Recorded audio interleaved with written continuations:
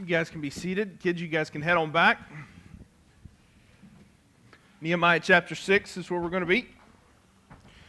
Nehemiah Chapter 6, and if you'll hang with me this morning, I think you guys will, I think there'll be a lot for us this morning that will encourage you and challenge you at the same time. I think God's got a lot to teach us. My sermon prep this week kind of took a few right and left turns, kind of led me to some places that I did not fully expect, but it's good. I think God's got a lot for us. And so what we're going to do is we're going to jump right in, and we're just going to get going on Nehemiah 6. And if you'll hang with me here, I really think you guys will begin to see some stuff open up pretty quickly. So Nehemiah chapter 6, verse 1. Now when Sanballat and Tobiah and Geshem the Arab and the rest of our enemies heard that I had built the wall and that there was no breach left in it, although up to that time I had not set up the doors and the gates, Sanballat and Geshem sent to me, saying, "Come, let us meet together at Hakkephirim in the plain of Ono." But they intended to do me harm.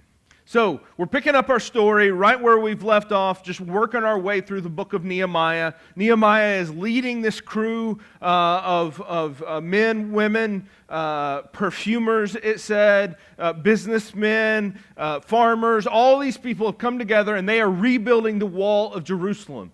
It's needed for both the security of the city, for the honor of the city, for the recognition of the city for what it is supposed to be. Nehemiah is leading this crew as he is now the third person to bring back a wave of exiles back to the city.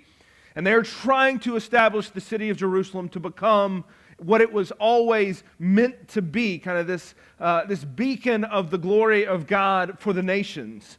And so he's trying to do all of this, and so far he has faced opposition from every direction, and that opposition has come in all kinds of forms. They've tried every tactic that they can. They've mocked him, they've dismissed him, they've ridiculed him, they've planned attacks on him, and at every turn, Nehemiah has proven to be stronger than them. He has been able to kind of dismiss and kind of push off the mocking and the kind of deriding that they have done and said, "I'm not going to listen to this kind of stuff. I don't need to hear it. Y'all got nothing on me. You have no say in who I am." So he's refused to listen on them. He's kind of snuffed out their plans when they had planned to attack, set up a battle plan that if they'll hold a spear in one hand and a brick in the other hand, then they'll be ready and prepared both to do the work of building the wall, but also to fight if fighting is needed. He's done all of that, and then he has turned all of that over to God, and he has said, "God, you deal with this stuff. I don't have time to deal with it, and I trust you to deal with it better than I have." So that's kind of what brought us to this point here at the beginning of chapter 6. And again, Nehemiah sniffs out a problem. These guys realize that the city is getting built, that the walls are getting built, and they realize this is our last chance to stop this project. He's basically got the walls built. We've got to do something about this. We can't do these kind of half-hearted attacks and these letters that kind of undermine his work or anything. We've got to do something bigger. And so what they had planned was to basically invite him to a secret meeting kind of halfway between where they were all at. Said, "If you'll meet us here," And it's under the guise of like negotiation and saying, "We'll work on this together, we'll sort this out together, and then once we get all this sorted out together, we'll all come to a meeting of the minds. That way we can all kind of exist co-equally in this area." But Nehemiah sniffs it out. He says, "That's not what you guys are trying to do. You guys mean to do me harm. You guys are trying to hurt me. You guys are probably going to try to either kidnap me or kill me if I show up at that meeting." He knows that they've got more planned. He says, "I don't think so." So let's look at Nehemiah's response now in chapter 3. They've sent the invite. Nehemiah sniffs out the plan. And here's the response in verse 3, chapter 6, verse 3. "And I sent messengers to them saying, 'I am doing a great work, and I cannot come down. Why should the work stop while I leave it and come down to you?' And they sent to me 4 times in this way. And I answered them in the same manner. In the same way, Sanballat, for the 5th time, sent his servant to me with an open letter in his hand." So they keep coming after him. He's like, "Nah, I'm good. I don't think I'm going to meet with you guys. I don't think I need to meet with you guys. I'm perfectly all right with the work that I'm doing. You've given me no good reason to show up and meet with you guys because what I'm doing here right now is the most important thing for me to be doing. I know that you've got other things for me, you've got other agendas for me, but what I'm doing right here, right now, in this place, this is where I need to be. I'm good. I'm not going to come down. And they keep coming after him. 5 total times they keep coming after him. They won't take no for an answer. And he just will not stop. So this nation, or this final letter shows up. And this letter is not just, please Nehemiah, meet with him. From Sanballat, please Nehemiah, come meet with me. It says a little bit more. Here's what that final letter that came from Sanballat says in verse 6. In it was written, it is reported among the nations, and Geshem also says it, that you and the Jews intend to rebel. That is why you are building the wall. And according to these reports, you wish to become their king. And you have also set up prophets to proclaim concerning you in Jerusalem. There is a king in Judah. And now the king will hear these reports. So come and let us take counsel together. So basically what he says is, it is reported among the nations. Do you know how that gets translated today? People are saying this about you, Nehemiah. People are saying these things about you, Nehemiah. What people? I don't know, this one guy, but just people are saying these different things about you, Nehemiah, and you need to be aware of that. Let me just tell you, if you have ever been among a group of people, especially if you've been in a position of leadership, but if you've ever been among a group of people, a school, church, work, any of these, you know that is the worst. Anything that starts with people are saying, you should be suspect of. We should all resolve to never begin a sentence with people are saying. Because if you say something like that, what that means is people are saying, and probably mainly I am saying, that I have an agenda for you, and I want to co-opt what it is that you are doing, and I want to take that over. People are saying means I am spreading a rumor, is usually what that means. And so what's happening is just that. They're spreading a rumor that Nehemiah, formerly the cupbearer to the king, is basically trying to start a rebellion to the king that he once served. They're trying to strike him in a place that he knows he would be vulnerable. Something that would get his attention. Nehemiah would have none of that. He replies back to this letter. He says, then I sent to him, this is verse 8, saying, no such things as you say have been done, for you are inventing them out of your own mind. For they all wanted to frighten us, thinking their hands will drop from the work, and it will not be done. But now, O God, strengthen my hands. So the attempted rumor mill and the attempted distraction to kind of come after him in this weak spot had the opposite effect of what they had intended. Not only did it not bring Nehemiah down from the wall, it caused Nehemiah to kind of double down in his resolve to finish the wall. He would not bow to the pressure, to the rumors, to the fear-mongering, to all of the things that were pressing against him from his opponents. He has no time for their games, and he calls out their nonsense. Nehemiah's resolve is admirable. It is powerful. He has no time to suffer from these idiots and these opponents. He's got a job to do.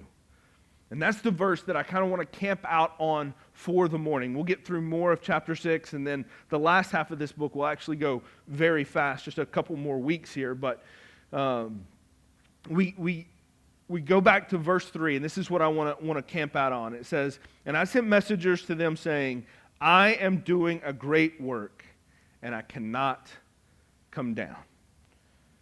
I am doing a great work, and I cannot come down. That verse will shape the rest of what we talk about this morning. And it will shape the rest of what we talk about because as humans, we have a problem. It's a problem as old as the first humans, as Adam and Eve. And it's a problem that we all know well. It's a problem that affects us all in different ways.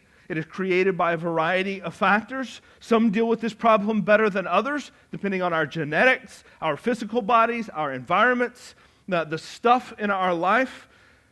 I think the best way for me to illustrate this problem is to introduce you to one of the most beloved characters from any Disney movie in recent history. One of the few characters that everyone loves in Disney movies. I want to introduce you to Doug. Hey, that one looks like a turtle. Look at that one. That one looks like a dog. Oh, it is a dog. What?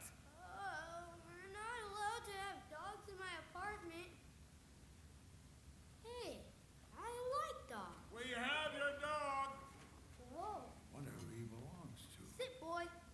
Hey, look, he's trained. Shake. Speak. Hi there. Did that dog just say hi there? Oh, yes. Brad! My name is Doug. I have just met you, and I love you. My master made me his collar. He is a good and smart master, and he made me this collar so that I may talk. Squirrel! My master is good and smart. It's not possible. Oh, it is because my master is smart. Cool. What do these do, boy? Hey, would you cut that crowd up and dig I use that collar? Watashi wa hanashima. Talk with. I would be happy if you stop. Russell, don't touch that. It could be radioactive or something. We'll cut it off there, but so everybody loves Doug. Everybody loves to meet Doug. Everybody in the movie likes Doug. Eventually the old man does. But everybody likes Doug. We like Doug. Why do we like Doug? For one, it's because he's a dog and not a cat, which means that it means that he loves you unconditionally. He will love you, unlike a cat who will only care if you worship it. But we also love Doug because we can relate to Doug. We understand what is going through that dog's head because that dog is easily distracted. He sees the squirrel. Even if the squirrel's not there, he's looking for the squirrel at all times. The moment's obviously played to be funny in the clip, but it's partly funny because we know exactly what is happening to Doug in that moment. Now again, how much you are distracted is complicated by a variety of factors, but we all know what it means to be distracted. Not only that, we all hold in our hands effectively our own little squirrels with our phones that are connected to us. Our phones are quite literally built to build distraction in our lives. Social media and YouTube are built to keep us distracted for the maximum amount of time possible. And just to illustrate the point, as I was typing out and working on my notes for my sermon last night, and I went to download that clip so that we could show it this morning, I spent at least another 30 minutes watching videos of dogs being distracted on YouTube. It's a great black hole for you to fall into if you're going to pick black holes. It's pretty funny, but my favorite video, I say it's my favorite video, maybe the one that intrigued me the most is this one. And it's from a channel, go ahead and play that next one there. It's from a channel, it's called, there it goes, it's called TV for Dogs, is the name of the YouTube channel. This is nothing but a squirrel on a loop. That's all there is to it. It's just this squirrel right there. And I'm sure somebody thought this was a good idea. And maybe there are, you got to know your own dog. Maybe there's a dog or two that can just watch that and be like, oh, that's interesting. We showed this video earlier, and Chandis said, that's what you do when you want a new TV. You put that on, and you walk out of the house. Because when you come back, you're going to have a broken TV and a hole in the wall is probably what you're going to have as the dog just sits there and watches the squirrel. There's all kinds of these type of videos. I don't know whose idea that is for those type of things, but apparently there's some dogs that really captures their attention. But my point is made. You can turn that off because everybody's going to be distracted now. My point is made. Distraction is the currency of our modern world. The more effective you are at distracting people, the richer you will be. It's wild to think that is how our world operates, but that is 100% the truth. The better you are at distracting people, the better your product will be sold and the more money you will make. We're told not to even fight it at this point. Just embrace this is the modern world. Make videos shorter. Sermons should not be over 15 to 20 minutes long. I'm going to break that, I promise you, today and every other time. Kids shouldn't be expected to read or do anything that requires any extended focus or thinking. But all of that is just simply a reflection of what our society has built, and it has created a massive problem for us. So the question then is, what do we do about it? I think Nehemiah lays out a pretty inspiring picture for us here. He sets forward the precedent that what gets his attention is not the urgent, but the important. You see, the calls from all these other people could have been seen as urgent. Oh my goodness, they're spreading rumors. I've got to stop the rumors. Oh my goodness, they're going to attack. I've got to stop so that they don't attack. Oh my goodness, they want to negotiate. This could be good for us. I've got to stop what I'm doing. But what he says is, I'm not going to pay attention to what is most urgent, but what is most important. What gets his attention is the thing that has the most impact on the most people, not the thing that has the loudest whistle. He refuses to trade the immediate for the important, and he refuses to let his ego overrule his calling. These are all important for us as we consider this question. What is so important in our lives? What is so important in your life that you are wholeheartedly committed to it and you cannot be shaken from it? What is it that we refuse to let distractions derail us from? Now be careful, because the temptation here is to give kind of the standard, society-accepted answer, Bible Belt accepted answer, and you lay out your priority list and you pretend that what you lay out is actually what your life reflects. You know the one that says, well, God is first, family is second, work is third, UT football is fourth, or whatever you want to put in there. Like, whatever that standard list is for you, that everybody says, oh yeah, that's how it should be. Good job. Well done. That can be really easy to throw that out there. But my question for you, is that actually what your life reflects?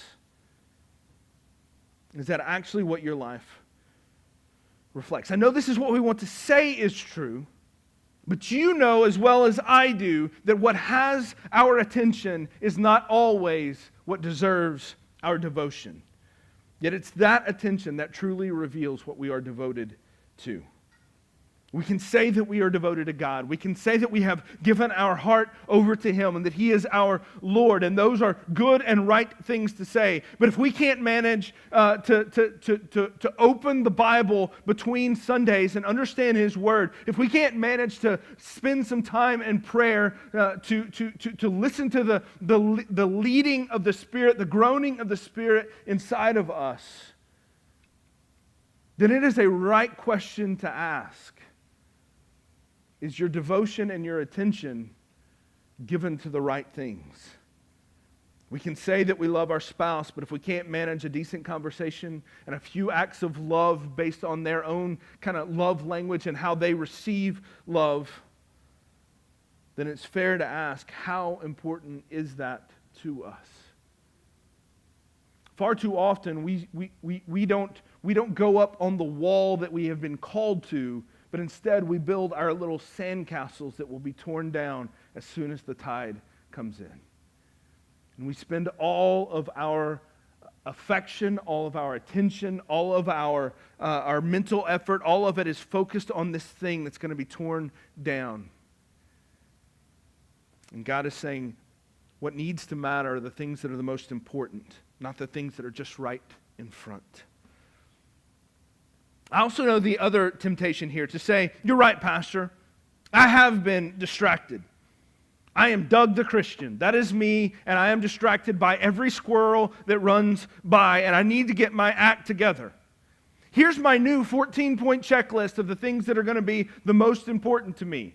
I've got Bible study, I've got prayer time, I've got this thing at the church, and then I've got this thing that I'm going to do with a friend, but we're going to pray together whenever we get together. And then I've also got this thing that I need to work on with my health. And then, I've got my family stuff. And you start creating this massive list. And you get this, 14, 15, 35-point checklist. And we pretend that we're going to be fully devoted to all of those things. And that lasts for about 30 seconds.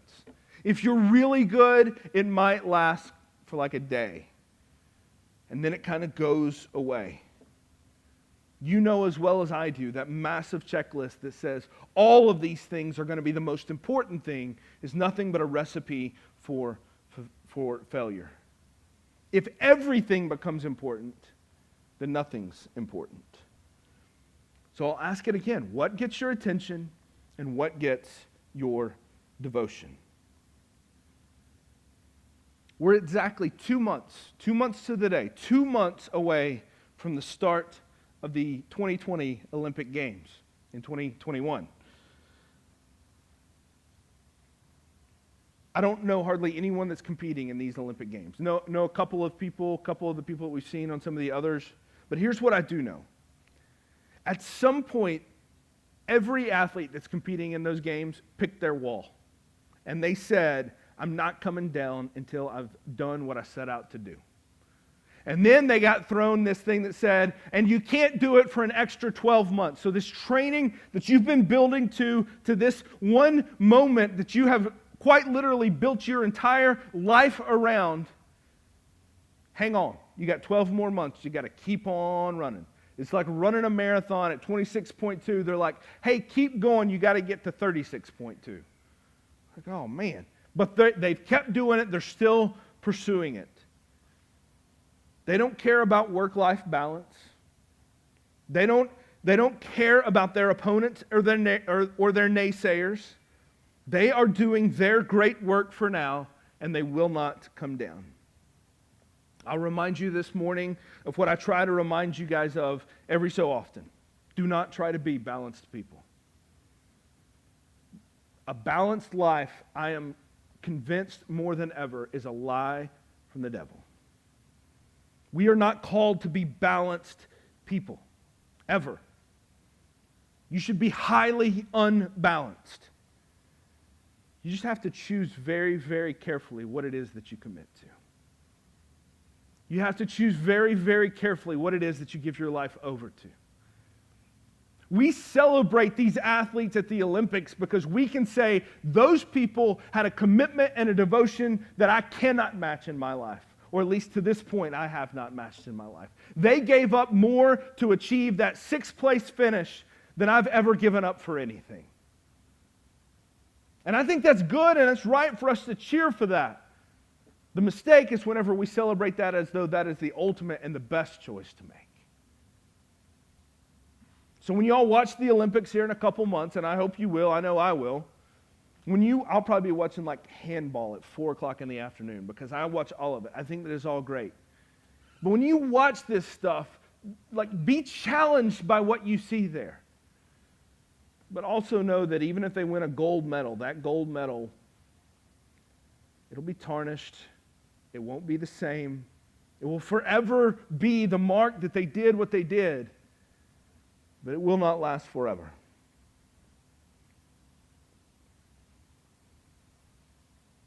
Choose what you commit to and choose it wisely. I do not believe that God has called the congregation, the people, you guys of Providence Church, to be balanced people. He wants you to be sold out to Him and to what He has called you to, whatever that is.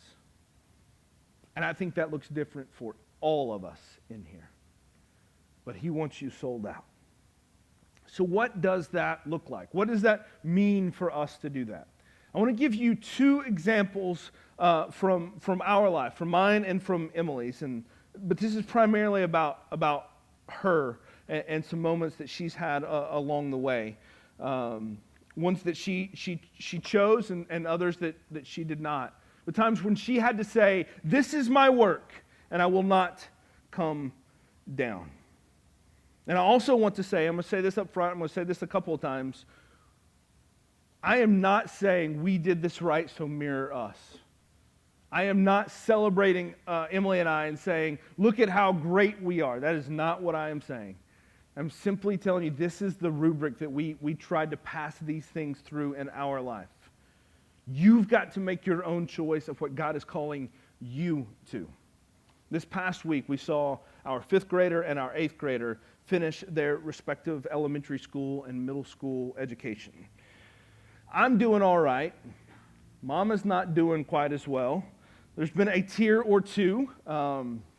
It's been the end of a chapter for us in many different ways, and very representative of the wall that we have been working on together. Emily and I are middle school sweethearts, and as long as we have been together, she has always talked about the career that she would have whenever we got married. We got married at 19, went to college, made some strategic choices to make that happen. She worked hard through school, double majored, graduated, and got a launch on her career. We moved to Louisville. I went to seminary. She got a job at an ad agency doing writing and marketing.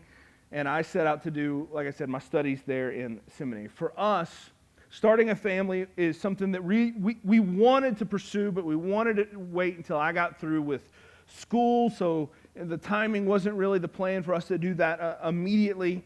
But as time grew closer and as my studies kind of came to an end, the question became, what in the world would that look like for us to have a family? If the given was she was going to have a career, I was going to have a career, what in the world would this look like for us to have a family? To make a long story short, a very long story, way shorter than it needs to be, we had to work through that together. And I'd be happy to talk to you guys about what that looked like for us. But we had to figure it out. And once Emily became pregnant in my final year of seminary, we had to make a very hard choice.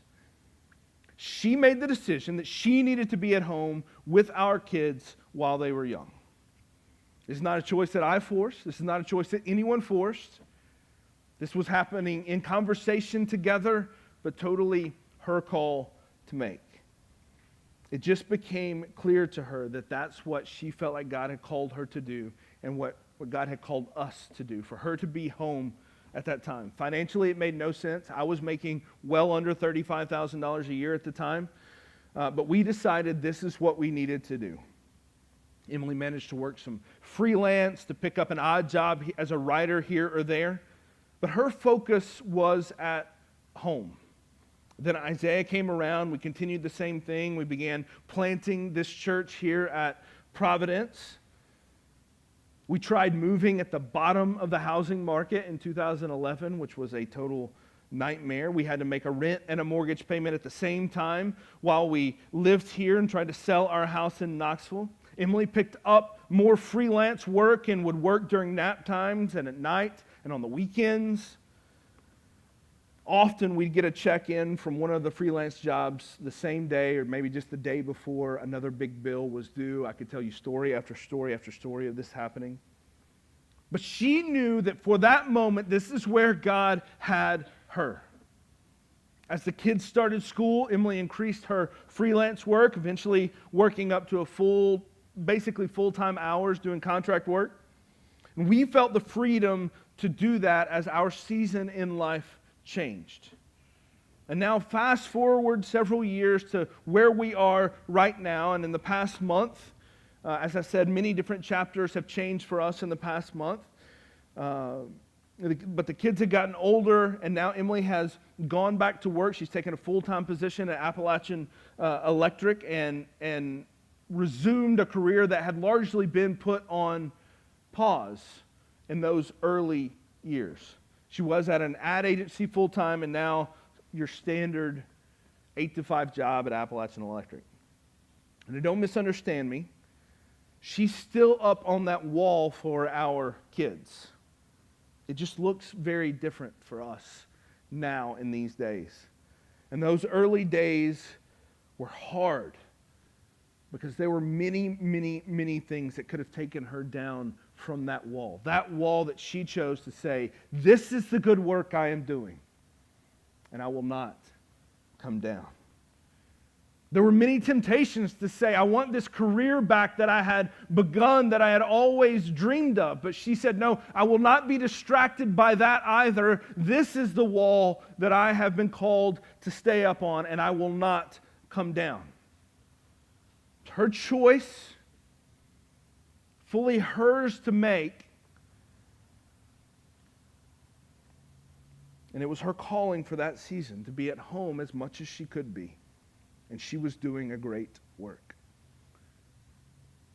Some of you parents need to hear me this morning. This is a season that you guys are in. We have so many young kids at this church. We have so many children that are here, and that is beautiful. But I also talk to so many of you parents, but especially you moms, that kind of get in this place where it's like, well, I want to do all these things, but I have these kids at home and my time, and you kind of heap this guilt on yourself saying, I can't do all of these things, and you can't. It's a season. So pick your wall and go up that wall and get to work and get after it. It's a season. Both the blessing and the heartbreak that comes with that, it is a season. Don't let parenting young ones make you impatient to chase down something that God may be saying, not now. He might just be saying, not yet. Whether it's a career or something different. No for now doesn't mean no forever. Some of you just need to kind of take consolation in that and quit beating yourself up so much. Moms, dads, you guys are doing a great work. And don't ever forget that. Don't somehow convince yourself that what you're doing is not as great as somebody who may be out doing something else. You're doing a great work. Rejoice in the calling you have. And I'll say it one more time just to make it clear for those of you that didn't hear me. I'm not primarily talking about whether you stay at home or whether you have a career and go to work. That is a very personal choice for every family to make. That is not my point. My point is that you have to sort this out for your family, and at every turn, stay committed to what God calls you to. The second wall for us that was not of our own choice, 2 years ago, when Emily's health challenges kind of reared their head again, many of you guys walked with us through that season. We were in a bad spot. For those of you that don't know, she has ulcerative colitis. It had flared. The remission was over, and she was on, this was round 2 or 3 or 4, just kind of colitis, and this time it was really bad. Stood up here and told you guys she was days away from probably losing her colon. Terrible care from our doctors at UT. Massive medical bills piling up. Emily was placed on a medication, a steroid, that made her physically better for her colon, but made everything mentally and physically worse. It was a hard year for us. Desperately hard year in almost every way. It was full of intense health trauma that frankly took all that we both had to make it to the end of the day.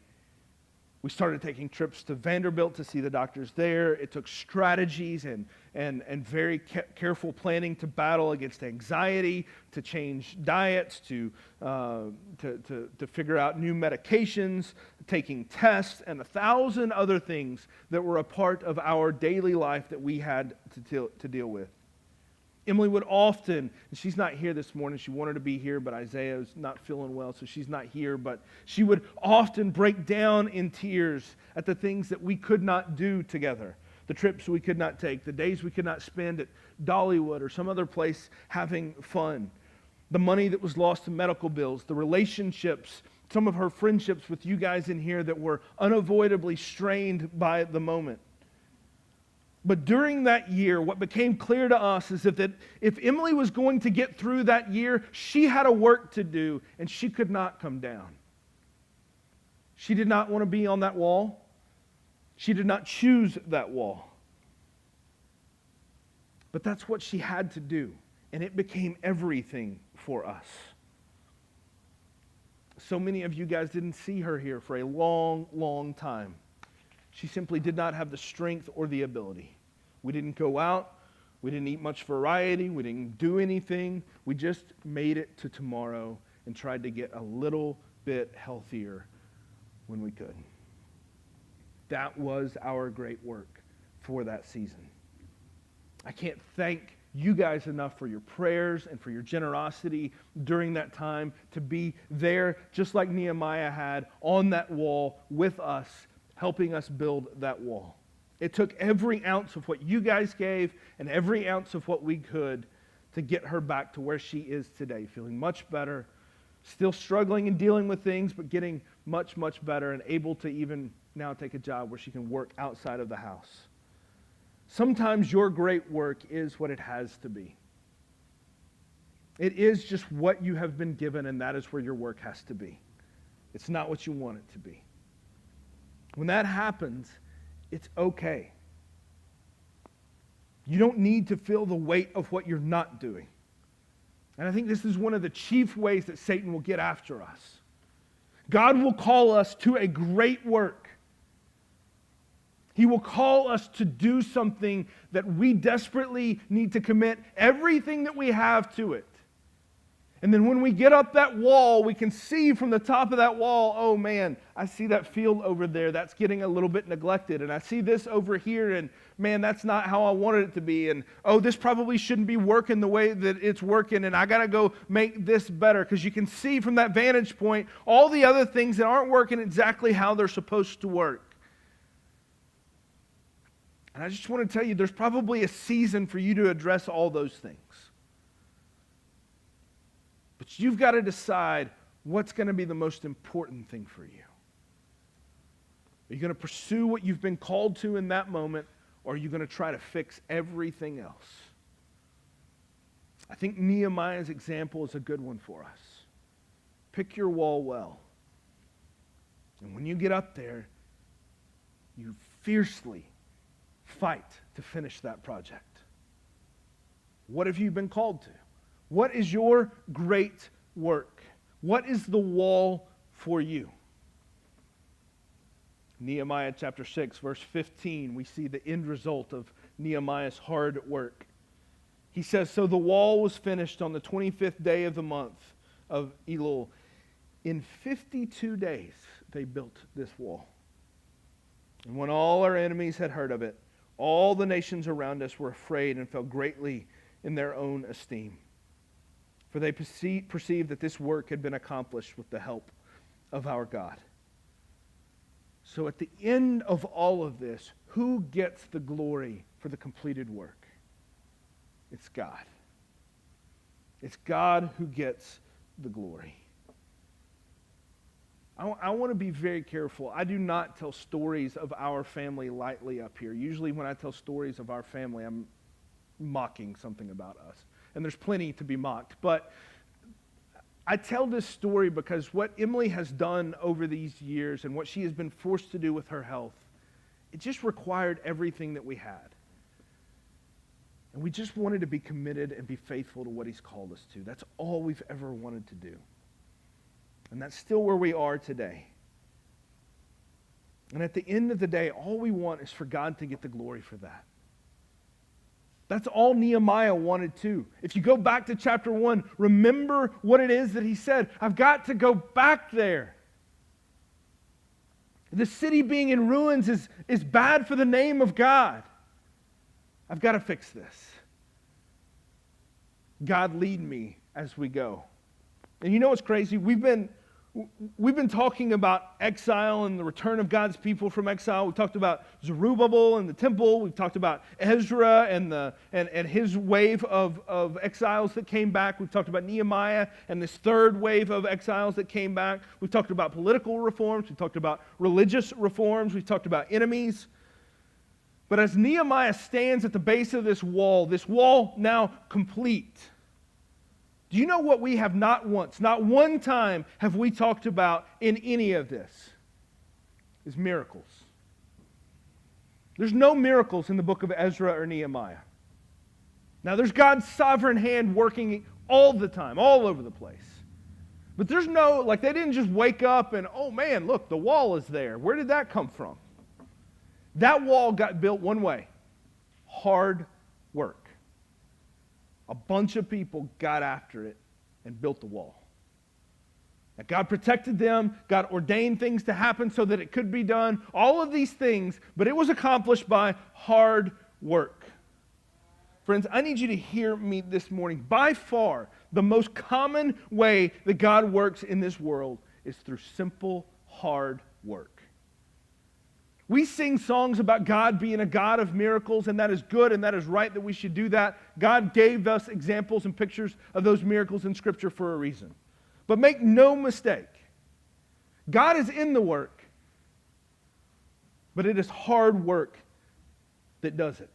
God is in the bricklaying and the strategic planning. God is in the hammer swinging and the personal counseling. God is in the hastily prepared dinner and the unending laundry. God is in the educational pursuit and the new discovery that is made. God is in the factory time clock and the teacher's lesson planning. God is in the ordinary, boring, unrelenting work of life. Your task is to stay on task and see what God can do if you just keep going to work. Now, you want to make sure that you don't become Martha. I'm not talking about, between Martha and Mary and being totally distracted and so distracted that you don't sit at the foot of Jesus. I'm not talking about busyness. I'm just talking about hard work. An element of our lives that is nothing short of worship. It is as much worship as what we do when we stand up here and we sing these songs, or when you sit there and listen to the Word of God. It may not be exciting. In fact, I'll almost guarantee you most of it won't be. Most of the daily ins and outs of work are just not exciting. But it will be good. And when that happens, the most important thing that will follow is God will be glorified. So where do we go from here? I've got a whole list of examples that I could throw out here, a lot of things that we could talk about. I spent a long time thinking about these things, but I'm not going to read off any of them. It just feels like, especially on this day, when we're celebrating Pentecost, that we just let the Holy Spirit go to work in your life here. Don't let the pastor throw out your application points here. You do the work with the Spirit and say, Spirit, lead me and show me what wall I need to be on, and give me the resolve to stay up there and say, I will not come down. So what is that for you? What's the wall? What's the work? What's the wall? What's the work for now, in this season, where you are today? Not what do you want to do with your life 10 years from now. What do you want to do with your life this week, this month, this year? What's the good work? As we close here, I think it would be insufficient for me to stand up here and deliver this solid self-help message without reflecting just a little bit further. Nehemiah is a model of this very determined, focused life. But it is Jesus that we look to for our hope. And anytime that we hold up a model from the Old Testament to say, be like this man, here's what I'm going to tell you. You are going to fail at being like this man. You cannot do that on your own. It is Jesus that we look to for our hope. You see, we always say things like Jesus came to save sinners. And we should say that. But when we say that, we should remember how he did that. I'm going to read just real quick this little passage from Luke. Jesus was teaching his disciples, and he says, Now it happened that as he was praying alone, the disciples were with him, and he asked them, Who do the crowds say that I am? And they answered, John the Baptist, but others say Elijah, and others, one of the prophets of old has risen.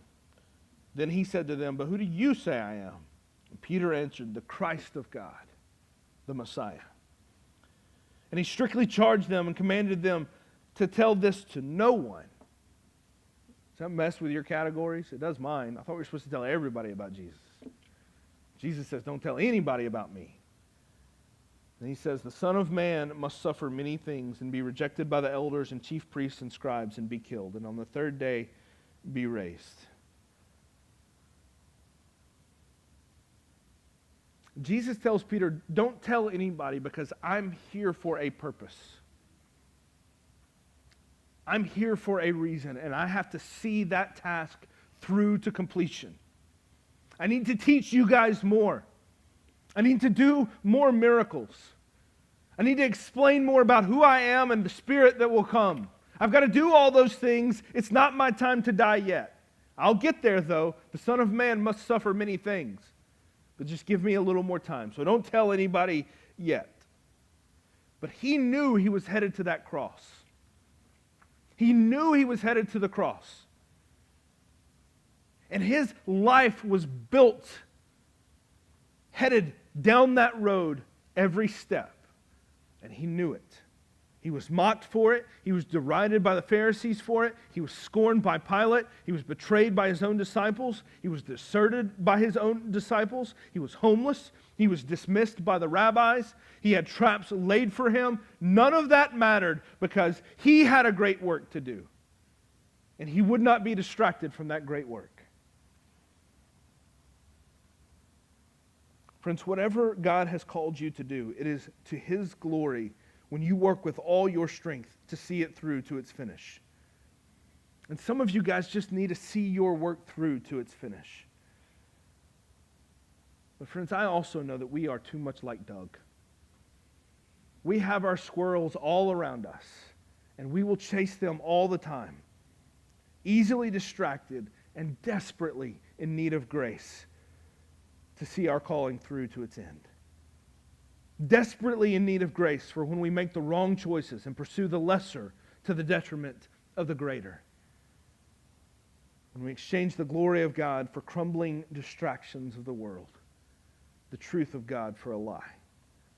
And as much as I want to stand up here as a pastor and say, you got it, you can do this, and we have like a big pep rally and I send you out high-fiving on the way out the door and everybody's fired up and ready to go until you get in the car and you yell at your kids again. Like, I would love to be able to get y'all super fired up for that. I would love to. I would never have planted a church if I didn't believe that going up the wall was the right work to be done. But I know that you're going to need grace. I know that you're going to need the blood of Jesus to tell you that he's here. I'm here, and Jesus tells us, I'm here for you, and I've done what you could not do. I have finished the race. I have completed the task.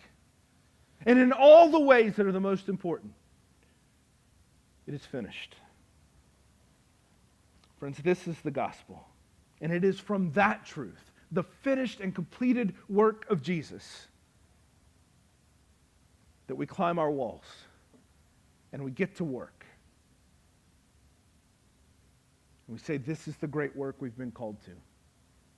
And we cannot come down. So pick your walls this morning. Have a conversation with your spouse this afternoon. Say, what walls do we need to pick? What distractions do we need to eliminate? And let's trust Jesus to get us to the end. Will you pray with me?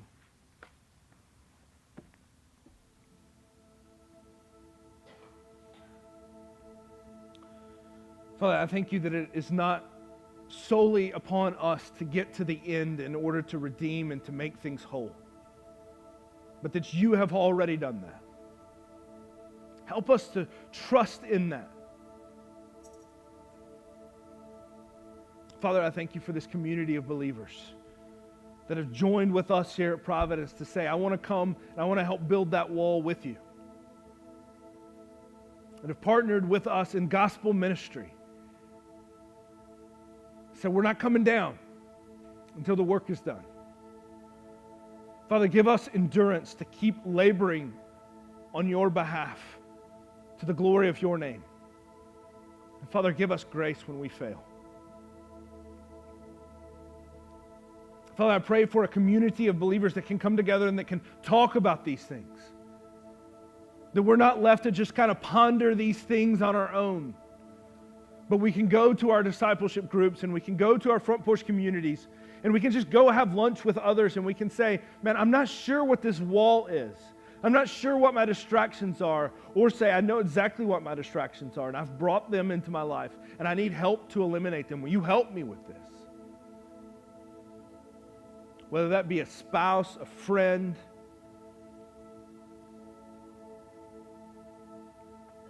Give us the wisdom to know what it is you have called us to, the wisdom to know the distractions that keep us from you,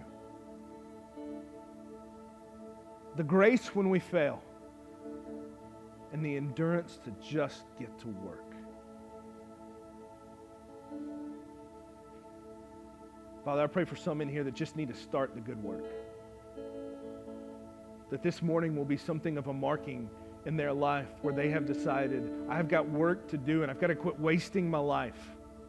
I pray for those in here that are so distracted by this world, that you would draw us back to the things that matter,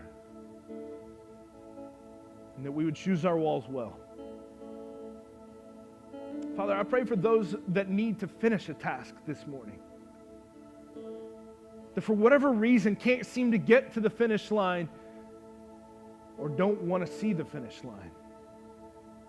Give them the courage and the strength to cross that finish line and find the next wall.